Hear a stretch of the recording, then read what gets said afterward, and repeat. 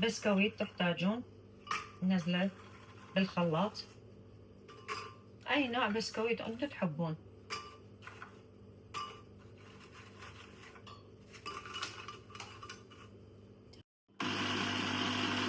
نزل الحليب على البسكويت مقدار 2 كوب.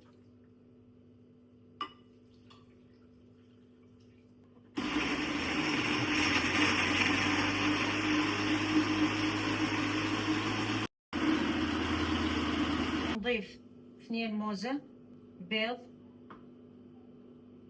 عدد 3، ونضيف الفانيليا.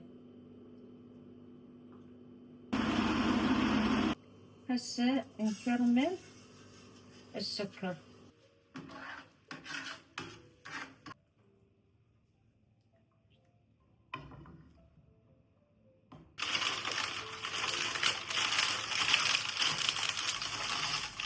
تحطوها بالفرن على درجة حرارة 180 لمدة ساعة. ما أعرف شنو الفرن اللي عندكم، حسب الفرن اللي عندكم انتو.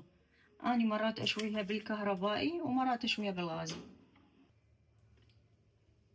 بسم الله، ما شاء الله ما شاء الله ما شاء الله، أحلى كريم كراميل تاكلوا. لازم تجربون هاي الوصفة، وصفة كريم كراميل بمكونات غير شكل.